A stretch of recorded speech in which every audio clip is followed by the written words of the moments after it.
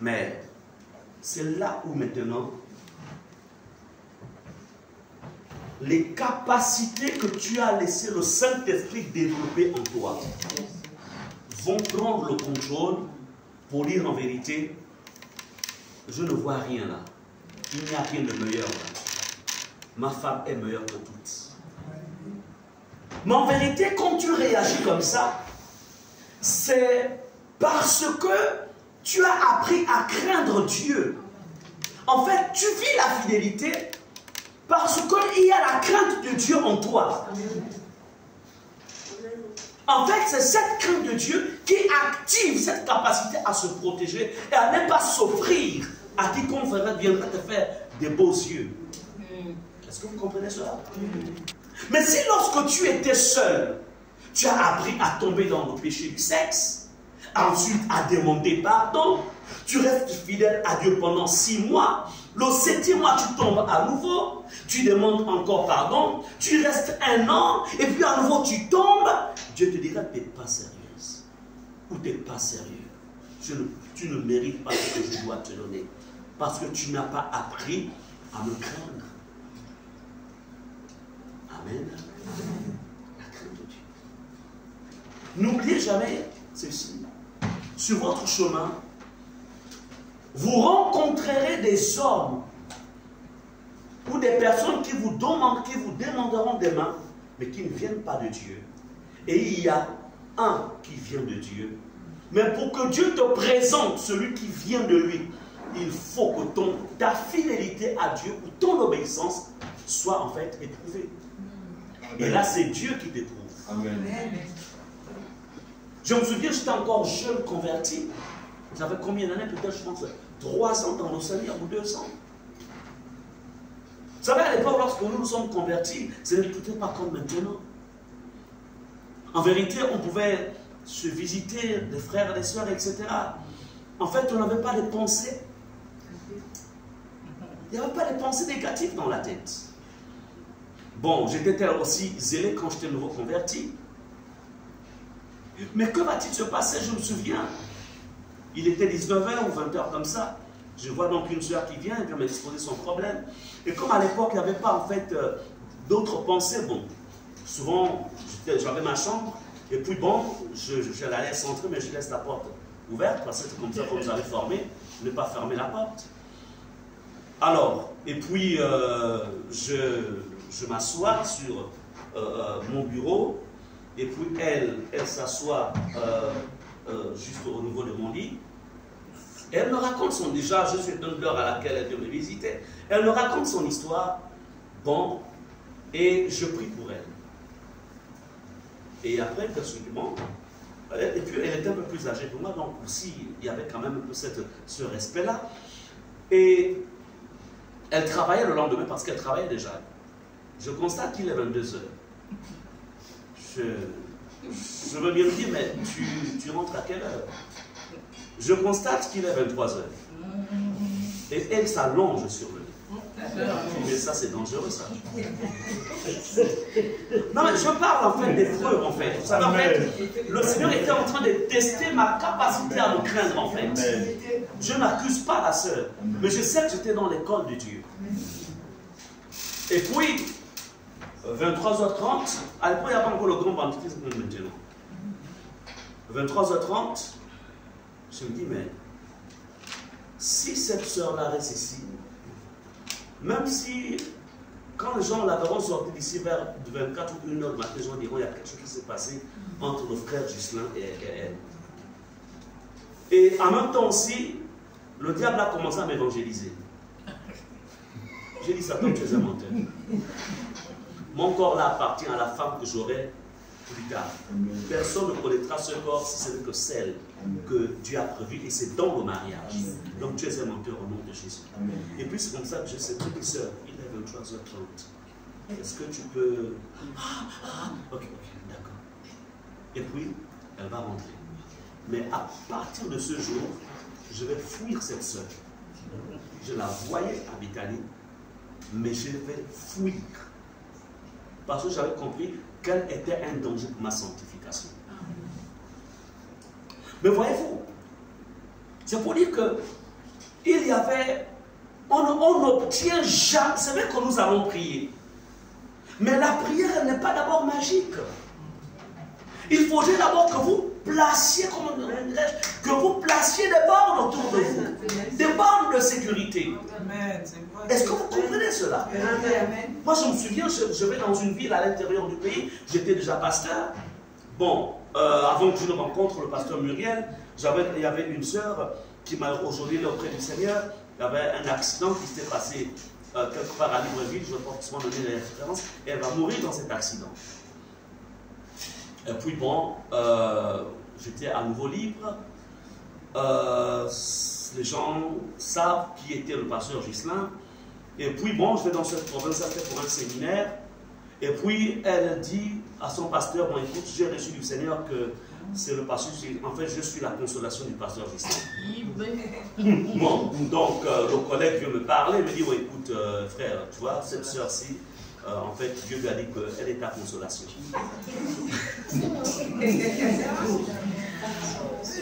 Bon, j'ai dit, bon, écoute frère, parle-moi un peu, c'est quoi sa vie, etc.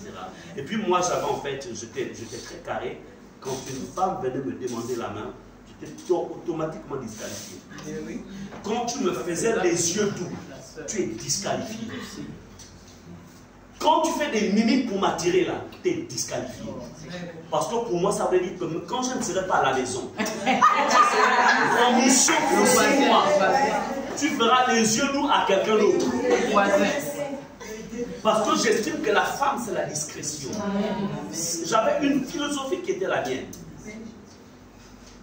Donc quand déjà elle dit que elle est ma consolation, elle s'était disqualifiée.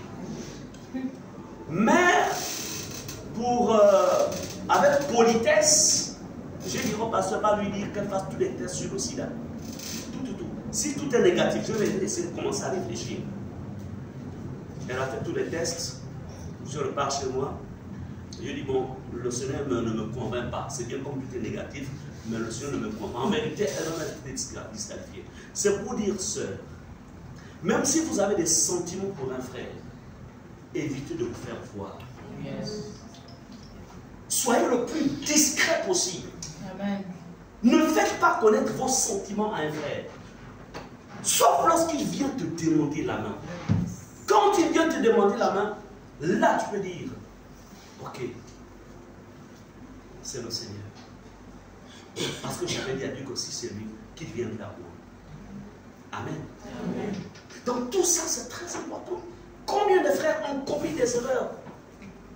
Le frère peut-être voulait de toi, mais lorsque tu as agi comme ça, tu as manifesté une légèreté. Écoutez, c'est une longue vie. Et c'est une voie sans. On ne revient pas en arrière. Est-ce que vous comprenez cela? Même si aujourd'hui, il paraît qu'on peut se marier, et puis ensuite se remarier, après se remarier. Mais écoutez, dans cette histoire-là de remariage, je pense, en mon humble avis, ça c'est moi qui parle, que c'est celui qui est en fait, qui a été victime, qui peut se remarier. Mais celui qui a été l'auteur du divorce ne doit pas se remarier. S'il veut se remarier, il va retrouver celui qui l'a abandonné ou celle qui l'a abandonné. Est-ce que vous comprenez cela? Parce que la vérité, c'est que plusieurs vont rater le ciel. Parce qu'ils ont été polygames sur la terre. Parce que dans la Nouvelle Alliance, il n'y a pas de polygamie. Quand la Bible ne sépare pas ce que Dieu a uni, ou quand la Bible déclare que, en fait, si quelqu'un, en fait, épouse une femme répudiée, la Bible déclare que si quelqu'un sort avec une femme, mais si quelqu'un épouse, ça veut dire qu'il y a dot. Est-ce que nous sommes d'accord? Il y a eu dot. Mais quand on parle de femme, on peut aussi dire que si quelqu'un épouse un homme aussi répudié. Ah oui, parce que ce n'est pas seulement que les femmes, c'est vice-versa. Donc, si celui qui a été à l'origine d'un divorce, il va se remarier, pour les hommes, il est divorcé. Mais pour Dieu, il est toujours marié. C'est pourquoi au jour du jugement, on lui présentera toutes les femmes avec qui sera marqué sur la tête. Et on lui dira, tu as violé une loi. Et à cause de cette loi, tu ne peux pas rentrer dans le monde. Donc les choses sacrées, il faut vraiment faire attention. C'est pourquoi c'est quand on est célibataire qu'on réfléchit. Qu'on prend du temps pour interroger le Seigneur. Et une fois que tu as dit oui, tu fonces. Tu peux dire, tu n'as pas de problème. Amen. Cela est très important. Bref, la Bible nous dit ici, et personne qui les délivre, depuis et personne qui disent restitue.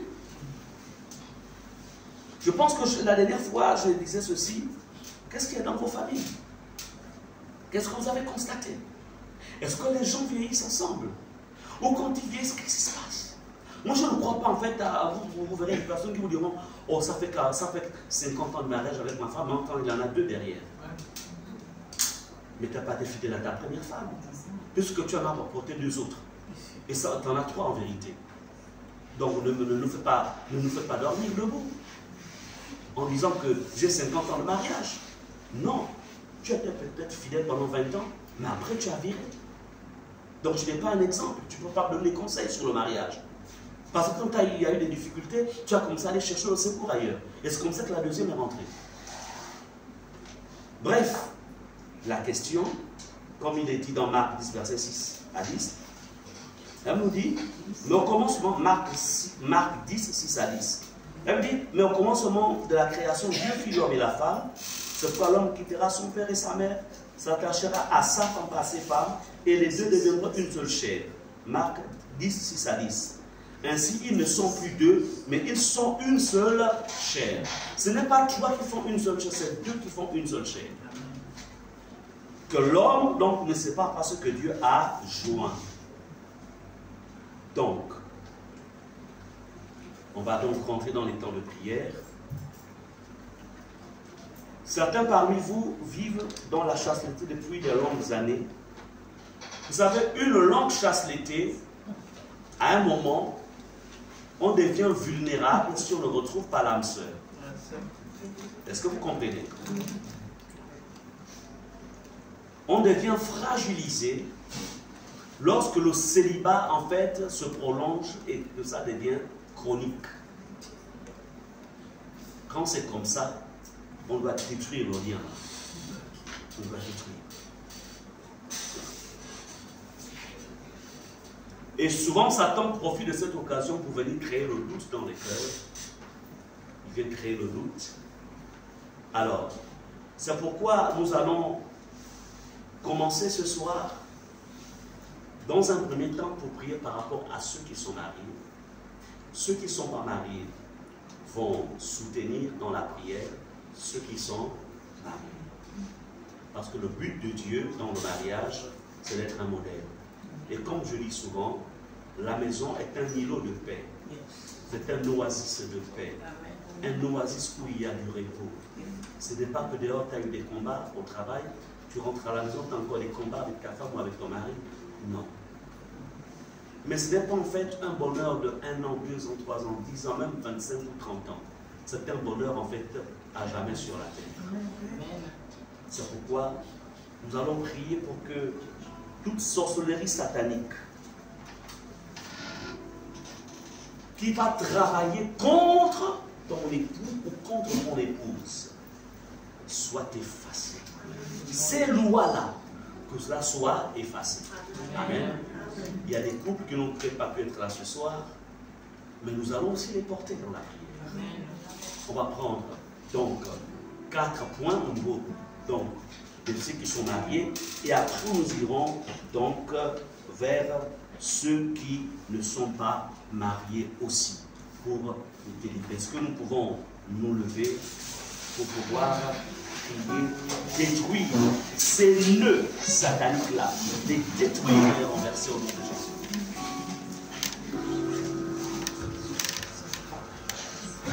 On a les yeux fermés.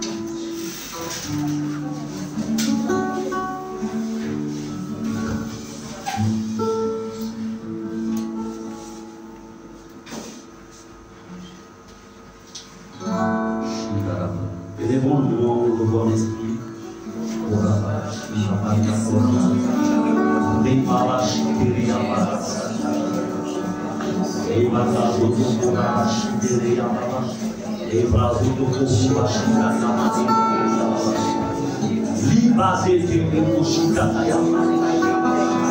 Tu as les yeux fermés.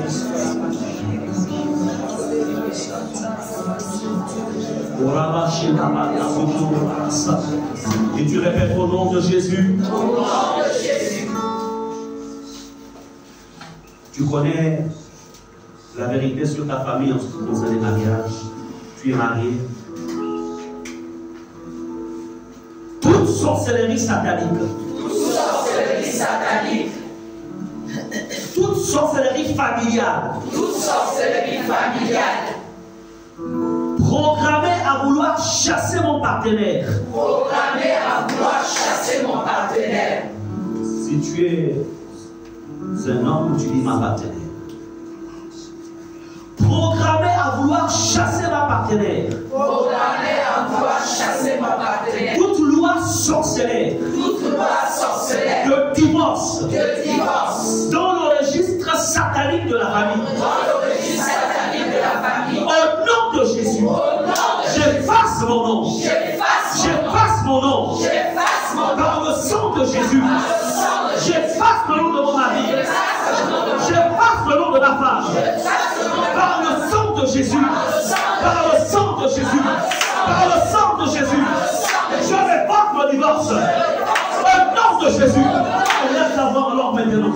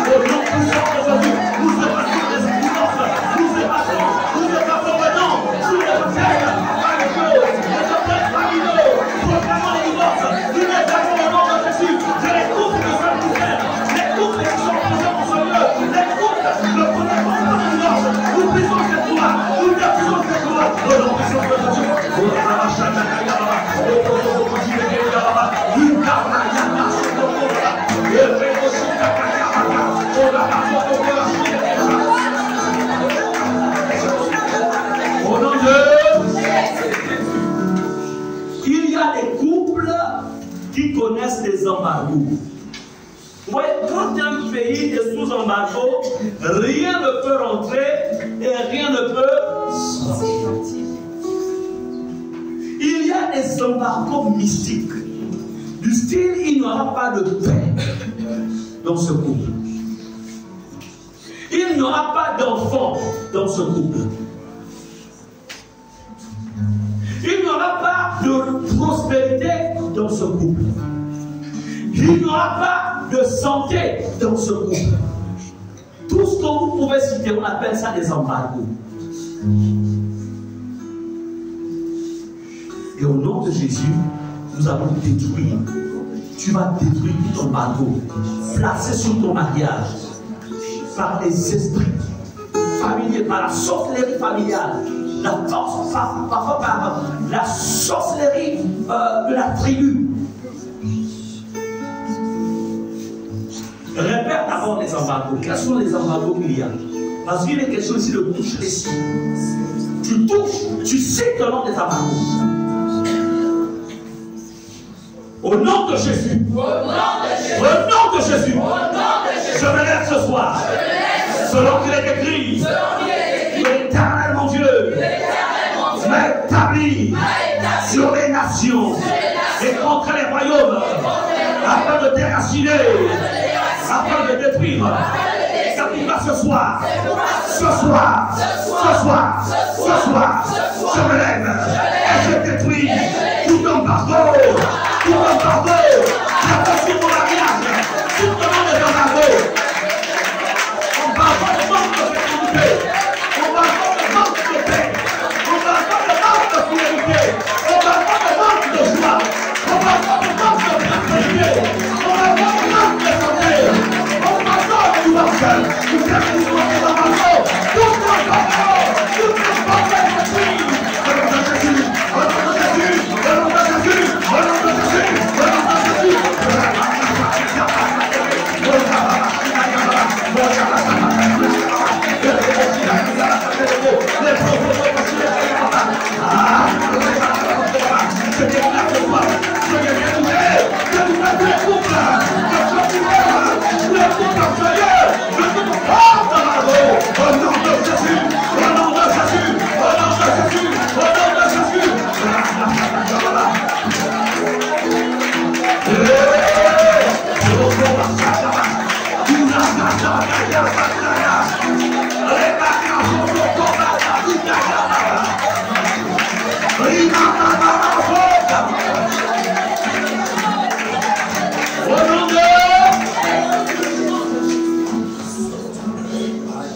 Je voudrais vous dire que ce que vous confessez bien à l'existence.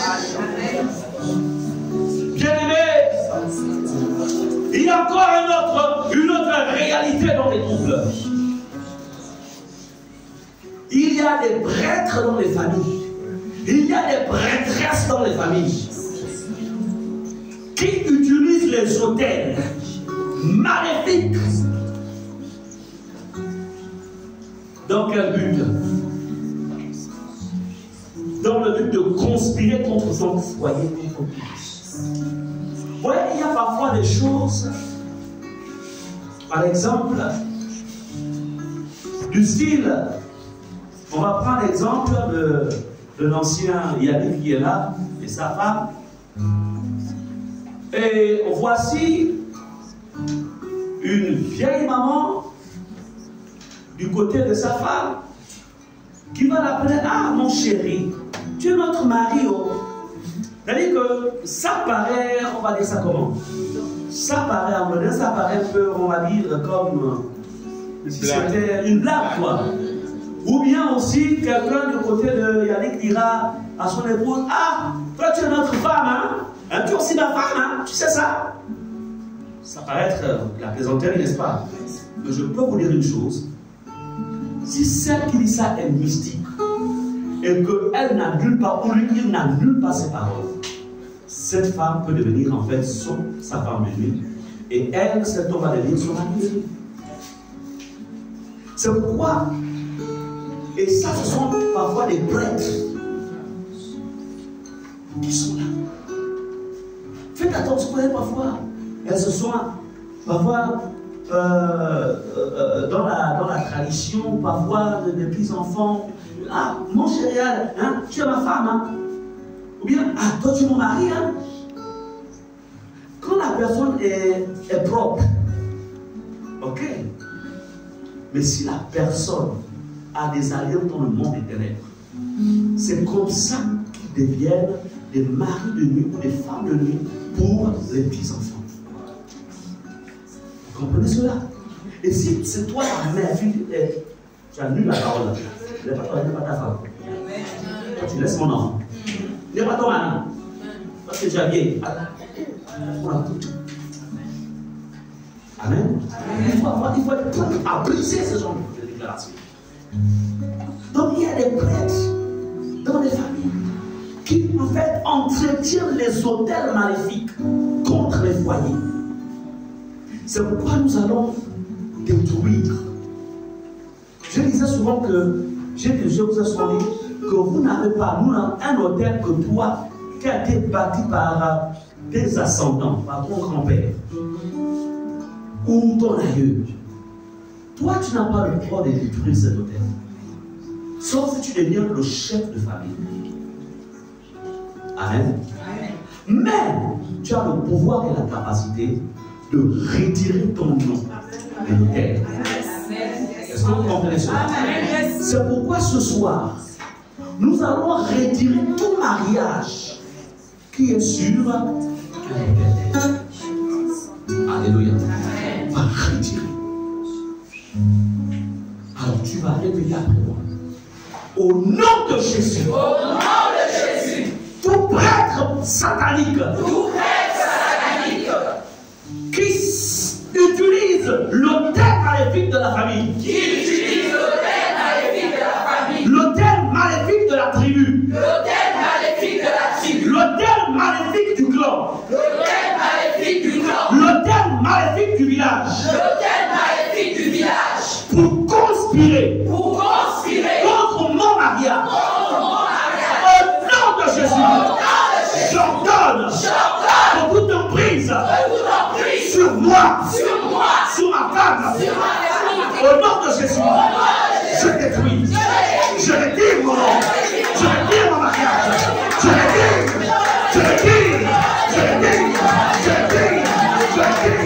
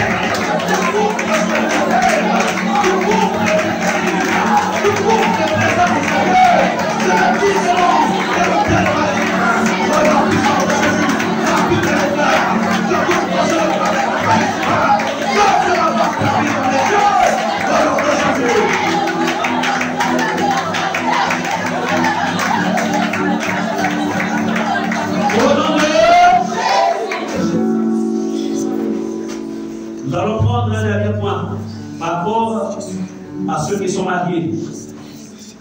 Bien-aimés, il y a des agents de la sorcellerie qui viennent de sous les eaux et qui viennent attaquer les mariages à travers les règles. Bien-aimés, si tu es marié et que tu rêves, je vous ai enseigné sur ça. Il y a des parchemins, il y a des livrets sur la compréhension des rêves qui sont à votre disposition. Prenez-les. Voyez avec Sandy. Vous les prenez afin que vous ne soyez plus ignorants sur l'interprétation des rêves. Je vous ai enseigné là-dessus.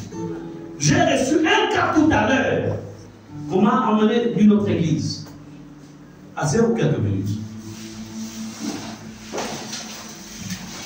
C'est une jeune fille. Elle a 32 ans. Quand je l'ai vue, j'ai même cru qu'elle était contaminée par le truc du ciel que vous connaissez. Je pensais même. Non. C'est terrible. Ah, c'est bien. Heureusement qu'il y a un feu qui attend le diable. C'est terrible. Elle a fait un rêve. Un rêve où un chien est venu la mordre.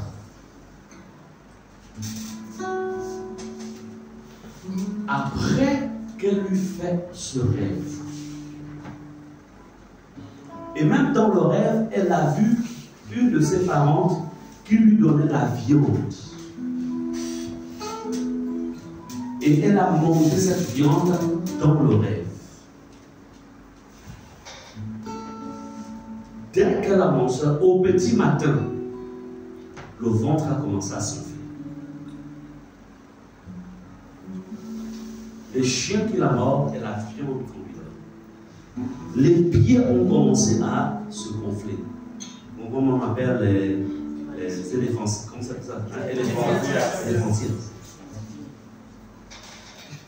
Et elle a commencé à maigrir. Et à étouffer. On l'a amené là. On a proclamé un travail sur elle. Et le Seigneur va la délivrer. Amen.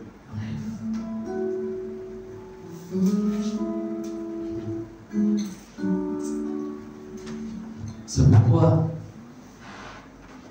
si tu es une femme et que tu es mariée, tu rêves que tu as des rapports sexuels avec quelqu'un dans le rêve, même s'il prend la forme de ton mari, ce n'est pas ton mari, ton mariage est menacé.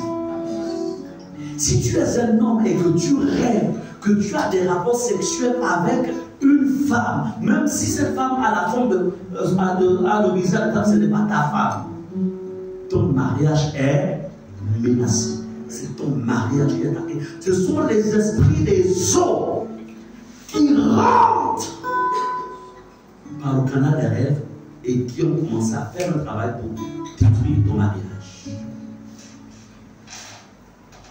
Est-ce que vous comprenez cela?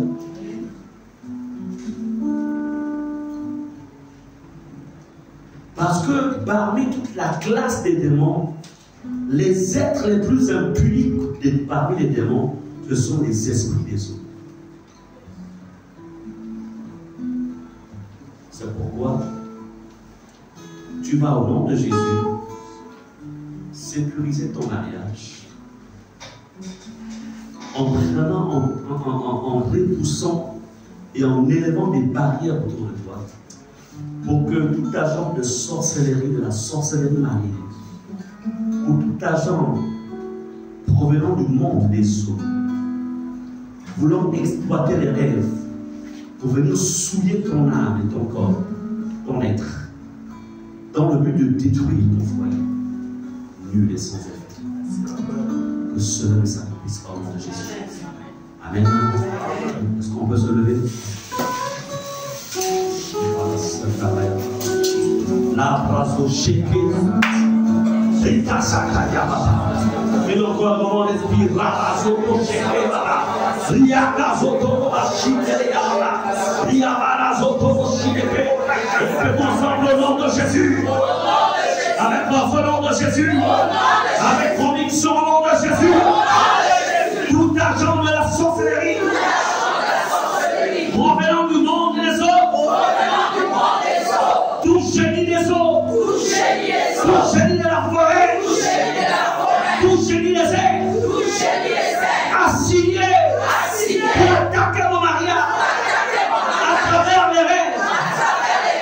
Vous tombez au nom de Jésus. Vous tombez au nom de Jésus. Vous périssez au nom de Jésus. Au nom de Jésus. Au nom de Jésus. Au nom de Jésus. Je ferme les portes. Je ferme toutes portes qui vous donneraient accès à mes rêves.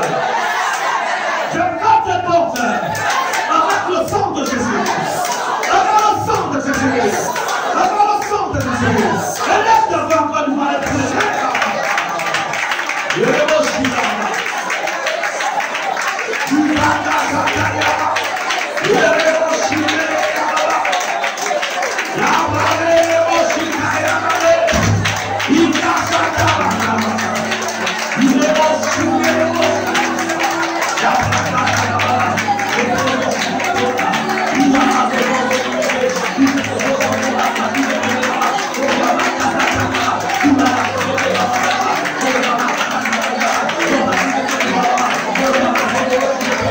Yeah!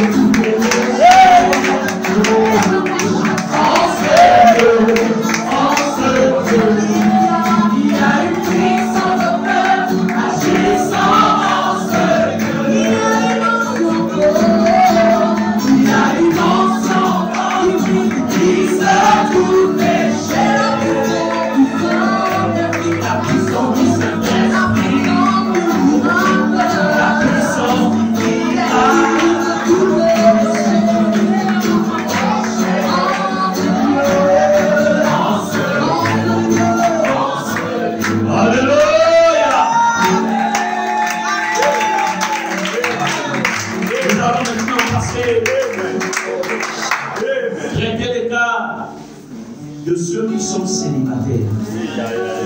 J'ai dit la dernière fois que pour une femme, à partir de 22 ans, 23 ans, tu dois déjà rêver le mariage. Pour un homme, parce que la femme est souvent plus mature que l'homme. Pour un homme, c'est à partir de 25 ans. Mais lorsqu'on arrive à 30 ans, 35 ans, 40 ans, 45 ans, 50 ans, il y a un problème. Et quand c'est comme ça, je ne vais pas aller voir le grand-père au village, la grand-mère et dire « pose tes mains sur moi ». Oh oh. On traite ça dans la prière. Toi qui retiens ton mariage, toi qui es venu enlever le désir de se marier, toi qui m'as aveuglé de sorte que je ne sente pas l'urgence de me fixer. Au nom de Jésus, je te combats. Il est question donc ce soir de restaurer l'ordre des choses. Et la soif de se marier doit être là. La soif de demander la main doit être là.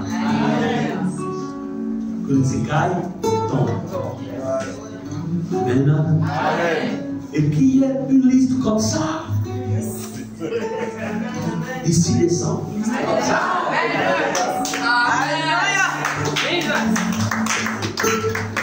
Est-ce qu'on est ensemble? Amen. Amen, amen, amen, amen, amen.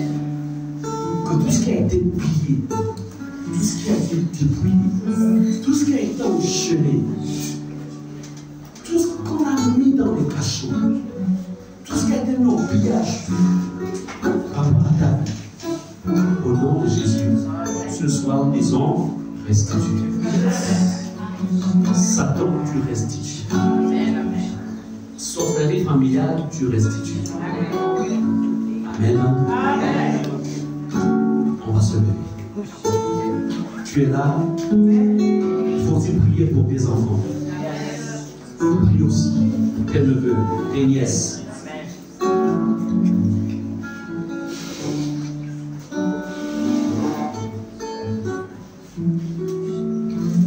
Bien-aimés, on va d'abord de manière générale s'adresser à l'esprit anti-mariage qu'il y a dans les familles ou dans ta famille. Et quand tu pries contre l'esprit anti-mariage, tu nommes ta famille paternelle et maternelle. Ne te limite pas seulement esprit anti-mariage dans la famille, tu cites les deux côtés. Amen. Amen. Je vois la soeur qui sourit au fond là-bas, c'est comme si là on commence à avoir des visions. Bien. Alors, et puis ensemble, au nom de Jésus. Au nom de Jésus. Moi, étant racheté par le sang de Jésus, Je m'adresse maintenant à tout hôtel anti-mariage. Il y a dans ma famille paternelle et maternelle. Je déclare que je ne suis pas concerné par les malédictions qui pèsent sur les membres de ma lignée familiale. Au nom de Jésus-Christ, car mon Seigneur Jésus m'a délivré de la malédiction de la loi. Je brise toute loi anti-mariage agissant contre moi, agissant contre mes enfants, agissant contre mes filles. Au nom de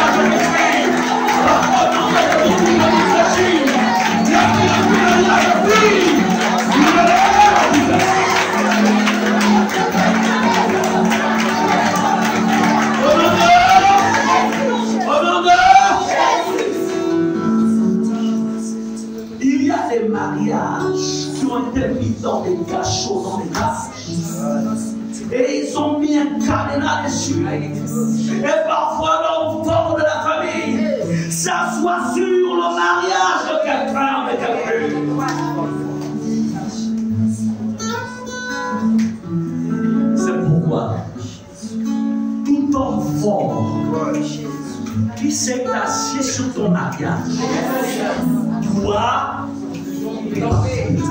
tomber parti.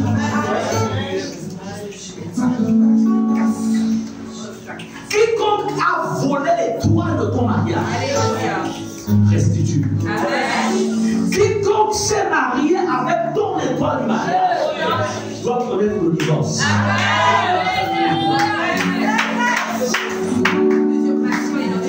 Des gens qui vivent aujourd'hui avec vos étoiles. Mais cette nuit-là, on restitue. Répète au nom de Jésus. Moi.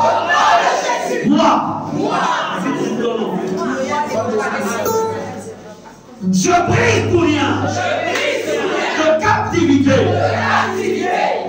et toute cage dans laquelle l'étoile de mon mariage a été enfermée.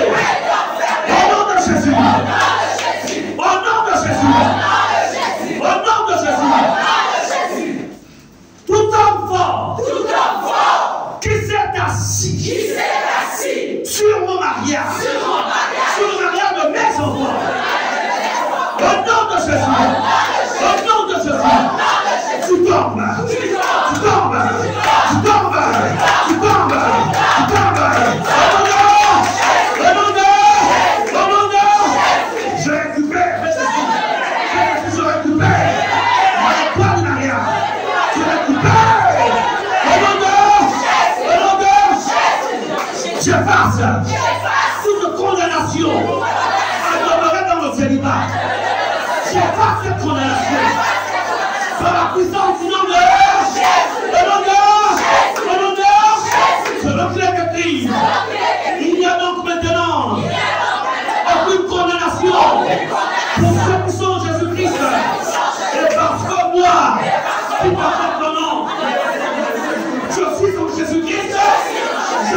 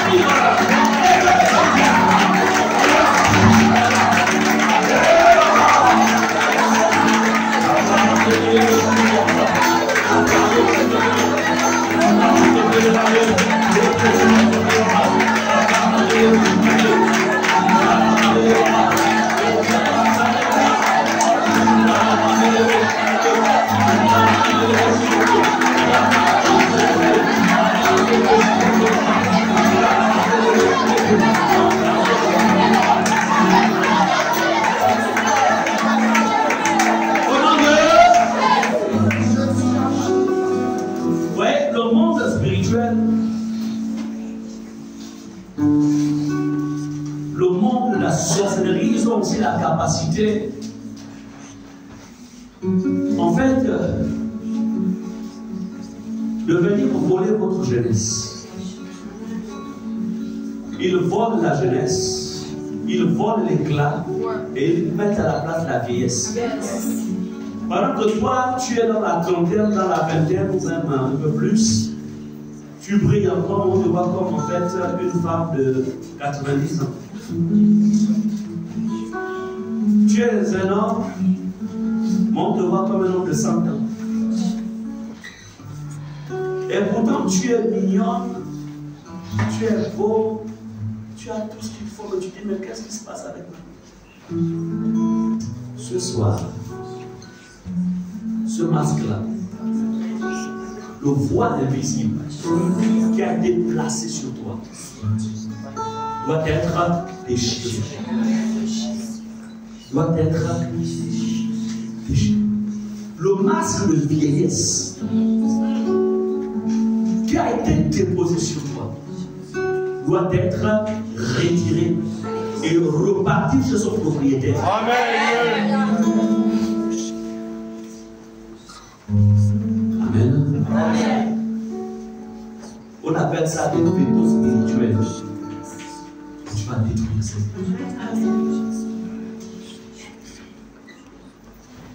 Dans la Bible, souvenez-vous de ces deux prostituées au temps du règne de Salomon. Les deux venaient enfanter. L'une, dans la nuit, dort sur son bébé et son bébé meurt en la nuit. Qu'est-ce qu'elle fait? Elle change. Pendant que toi tu penses que tu es encore toi-même, enfin, il y a des échanges. Et ce soir, aujourd'hui même, pas de même aujourd'hui même. Aujourd'hui, je vais te faire. Restitue. Restitue l'éclat de la gloire. Restitue ma beauté. Restitue. Il y a parfois, vous savez, quand le diable est venu voler, je prends l'exemple avec ma fille ici. Par exemple, son mari, ou bien, enfin, il parle doucement. Et je donc, en fait, ce n'est pas son caractère. Mais en fait, il y a une puissance qui agit pour qu'elle réponde durement à son mari. Ou vice-versa. Ce n'est pas elle ou ce n'est pas lui. Il y a parfois des comportements et des attitudes que vous pouvez voir se manifester, mais qui ne sont pas les vôtres. Il y a quelqu'un qui a c'est comme si on a injecté cela sur toi. Et tu dis, restitue. Je récupère ce que Jésus a fait de moi. Lui qui est la parole et ma vie. Alléluia. Et qu'est-ce que ça va faire? C'est comme ça que parfois, ça repousse. Une soeur, elle aimerait bien te dire oui. Mais quand elle voit ton attitude, elle dit non. Le genre là, le caractère là. Ou un frère aimerait bien dire ah, non, je ne peux pas supporter ça. Pourquoi? Parce qu'en fait, on a mis quelque chose en toi qui ne t'appartient pas. Quelque chose qui va toujours repousser. Mais malheureusement, après, tu attends, il se marie. Elle se marie. Et c'est oh, qu'est-ce que j'ai fait? Ça aurait pu être moi. Mais il est trop. Déclare au nom de Jésus. Au nom de Jésus. Il n'en sera pas de même pour moi. C'est pourquoi ce soir, moi, si de ton nom, j'enlève les vêtements spirituels sur la destinée de mariage par la puissance du nom de Jésus, par le feu de Dieu.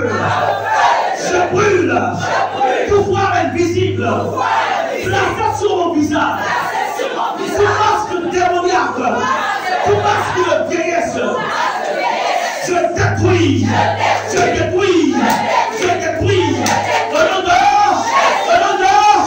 Je récupère la gloire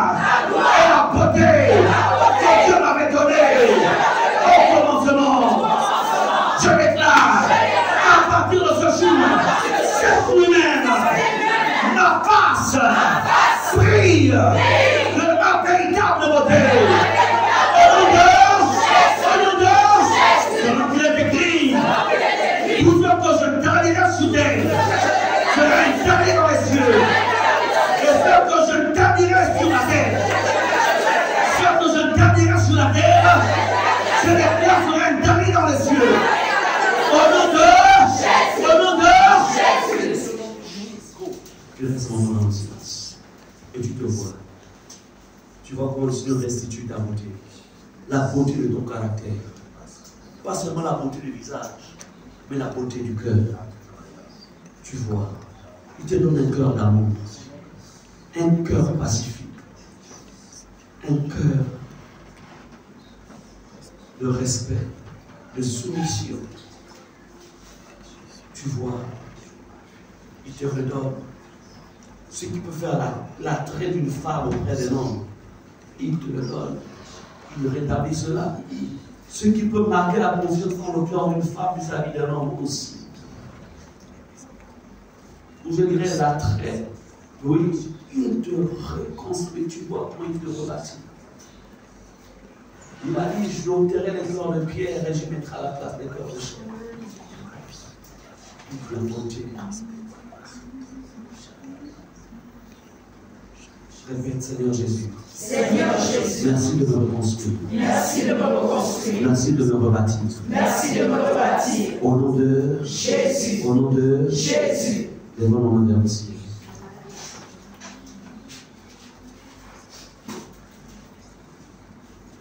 Je vais prier. Père, je viens dans le nom de Jésus. Seigneur, on ne peut pas épuiser tous les sujets maintenant. Mais il y a une chose. Ce que tu as déclenché, un mouvement spirituel. Tu as déclenché, Seigneur, quelque chose de particulier. Seigneur, je déclare ce soir que les destinées, Seigneur, les destinées du mariage, les portes des destinées sont ouvertes. Portes éternelles du mariage, dans la vie de chaque frère, de chaque sœur en ce lieu. Portes éternelles, ouvrez vos lettres et laissez passer chaque sœur en ce lieu et chaque frère dans le couloir du mariage. Au nom de Jésus, laissez entrer le roi de gloire avec eux. Laissez entrer. 2023. 2023. Laissez entrer. Au nom de Jésus. Car le monde du mariage attend avec un ardent désir leur révélation. Et c'est le moment de la révélation. Au nom puissant de Jésus. Et vous répondez Amen. Amen. Acclamons le Seigneur.